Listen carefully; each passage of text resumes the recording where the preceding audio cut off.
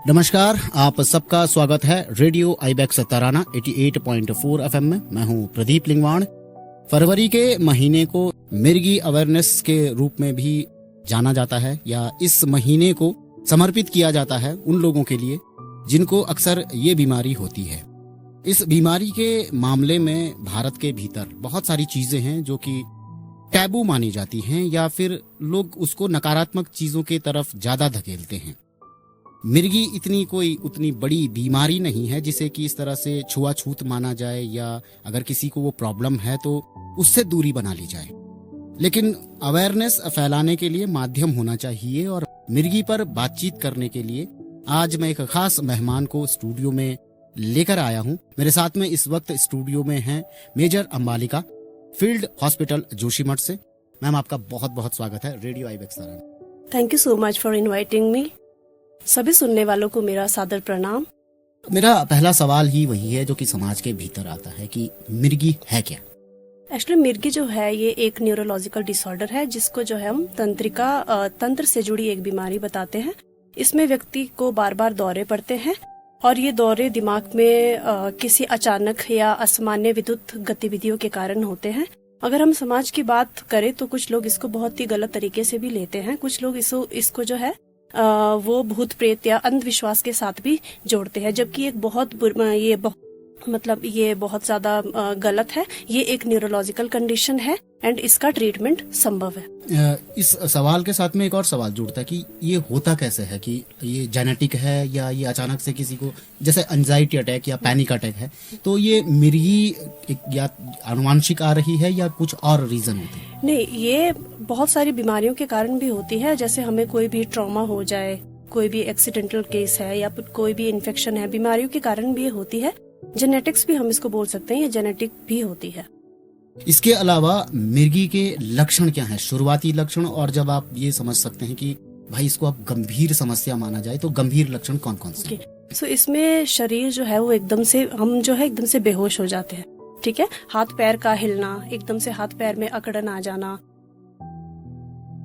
या असामान्य किसी भी व्यक्ति का असामान्य हरकतें करना एंड कुछ सेकंड के लिए जो है जिसको सीजर आया होता है वो हमें एकटक देखता है और वो जो आसपास का हमारा वातावरण होता है उससे वो बिल्कुल बेखबर होता है। एंड इसमें अपरोलिंग ऑफ आईज हो जाती है, मतलब आंखों का पलट आ जाना। आपने देखा होगा कभी अगर मिर्गी का मरीज तो उसकी आंखें वो हमेशा ऊपर की ओर देखता है, तो उसको अपरोलिंग ऑफ आई भी कहते हैं कि इसकी आंखें मतलब पलट करके ऊपर को चली जाती है। हमने कई बार समाचारों के माध्यम से या अचानक से कहीं पर खबर सुनी कि ड्राइवर थे, उन्हें दौरा पड़ा, उन्होंने गाड़ी रोकी, खुद को साइड में रखा, थोड़ी देर तक वो दौरा रहा और वो फिर उसके बाद ठीक हो गए। तो आमतौर पर एंजाइटी अटैक या पैनिक अटैक या कोई और प्रॉब्लम में आदमी को पता नहीं चलता, लेकिन इस बीमारी में क्या आदमी को, जो मरीज है, उसको पता रहता है कि आने वाली है? मोस्टली इसमें पता नहीं रहता है। अगर इंसान खड़ा भी है वो खड़े खड़े गिर जाएगा। और स्पेशली इसमें उसको जो होता है उसको ऑरा बोलते हैं या एब्सेंट सीजर बोलते हैं। तो इसमें इंसान को पता नहीं चलता कि उसको क्या हुआ है, वो मेमोरी को रिकॉल नहीं कर पाता। अगर आप मिर्गी वाले मरीज से पूछोगे कि तुम्हें क्या हुआ था तो वो आपको नहीं बता पाएगा। बस इनिशियली थोड़ा सा बहुत उसको याद होगा जो सीजर आने से पहले उसको हुआ होगा, पर सीजर का जो वो 3-5 सेकेंड या अप टू 5 मिनट्स का जो इंटरवल है वो उसको याद नहीं होता है। ओके। इसके अलावा जब मिर्गी आती, कई सारे लोग उसको अजीब तरह से मतलब ट्रीट करते हैं। तो मेरा सबसे जरूरी सवाल ये है, और सभी सुनने वालों का भी यही सवाल मन में आया होगा, कि मिर्गी आने पर आखिर करना क्या चाहिए? मिर्गी आने पर सबसे पहले तो हमें घबराना नहीं है, बिल्कुल शांत रहना है। जिसको मिर्गी आई होती है हमें उसको सबसे पहले एक सेफ जगह पे ले जाना होता है। सेफ जगह पे ले जाने के बाद उसके सर के नीचे एक कपड़ा या फिर तकिया, कुछ भी अवेलेबल है, वो रखना होता है, सो दैट उसको कोई भी इंजरी ना हो उस टाइम पे। उसके मुंह में हमें कभी भी पानी नहीं डालना, या फिर कई बार लोगों की ये धारणा रहती है कि अगर मैं मुंह में चम्मच डालूंगी या कुछ डालूंगी तो उसका मुंह खुला रहेगा, तो उस टाइम पर हमें वो कुछ नहीं करना है। उसका जो वो टाइम पीरियड है उसको कंप्लीट होने देना है। नेक्स्ट उसका उसको नुकीली चीजों से दूर रखना है। उसके आसपास का जो एनवायरनमेंट है वहां पर कोई भी नुकीली ऐसी कोई चीज नहीं होनी चाहिए जिससे उसको चोट लगे। अगर उस इंसान ने कहीं पर भी टाई या कॉलर बहुत टाइट पहना है तो उसको हमें ढीला छोड़ना चाहिए। मतलब उसको कंफर्टेबल हमें पोजीशन देना चाहिए एंड उसके साथ कभी भी जबरदस्ती नहीं करनी चाहिए कि मैं सोचूं मैं उसकी टांग ठीक कर लेती हूँ या फिर उसकी बाजू अगर मुड़ जाती है, जैसे उसमें एबनॉर्मल बॉडी मूवमेंट्स होती है, मैं सोचूं कि मैं उसको ठीक कर लेती हूँ, बाजू सीधी कर लेती हूँ, तो ऐसा नहीं करना है। वो सब चीजें नहीं करनी है। उसको जस्ट उस टाइम पर ऑब्जर्व करो। जब उसका वो पीरियड खत्म हो जाता है तो उसको जो है हमें करवट के बल लेटाना होता है। उसको रिकवरी पोजीशन बोला जाता है। उसको रिकवरी पोजीशन में लेके आए एंड हमें उसके देखना है कि उसको वो दौरा कितने टाइम तक पड़ा। वो टाइम इम्पोर्टेंट है नोट डाउन करना। एंड नेक्स्ट, अगर उसको बार बार दौरा पड़ रहा है, बार बार होता है ना, कई बार मतलब एक आया फिर दूसरी बार भी आया, तीसरी बार भी आया, तो इमीडिएटली हमें उसको हॉस्पिटल लेके जाना होता है थ्रू एम्बुलेंस। ये तो रही वो बातें जहाँ पर कि 4 लोग खड़े हैं या कहीं पर जो है कुछ ऐसा प्रोग्राम चल रहा है जहाँ पर दौरे पड़ गए, लेकिन अचानक से अगर किसी व्यक्ति को कहीं पर चल रहा है और वो उसको दौरा पड़ गया, तो उसके साथ में अगर कोई सिंगल पर्सन है तो उस वक्त वो क्या करे? उस वक्त भी उसको वहीं पे उसको सेफ सीन करना है। पहले उसको कंफर्टेबल वहां उस पोजीशन मतलब जहां पर वो है व्यक्ति, उसको वहां से हटा के सेफ जगह पे लेके जाना है और नुकीली चीजें वहां से हटा देनी है। सबसे पहले हम उस टाइम पर वही कर सकते हैं। आप सीजर आ रहा है किसी को, आप उसको उठा नहीं सकते हो क्योंकि उसकी बॉडी की ऑलरेडी एबनॉर्मल मूवमेंट हो रही है, वो जर्किंग हो रही है उसकी बॉडी को। तो हमें उसको जस्ट उस जगह से हटाना है एंड टाइम पीरियड हमें देखना है कि कितना हो रहा है एंड उसको सेफ पोजीशन पे लेटाना है बेसिकली। तो मिर्गी ठीक हो सकती है? मिर्गी ठीक हो सकती है। मिर्गी ठीक होने के लिए उनको जो है वो नियमित दवाइयों पे रहना पड़ता है एंड उसको विदाउट डॉक्टर की एडवाइस के बिना उन दवाइयों को डिसकंटिन्यू नहीं करना चाहिए। ओके, यानी कि इसका इलाज है? इलाज है। एंड जो मिर्गी का मरीज होता है वो नॉर्मल जीवन जी सकता है, वो पढ़ाई कर सकता है, शादी कर सकता है, अच्छी लाइफ स्पेंड कर सकता है। इसका इलाज संभव है। भारत के भीतर इसको एक टैबू की तरह माना जाता है, तो समाज की क्या भूमिका रहनी चाहिए इस प्रॉब्लम के रहते हुए?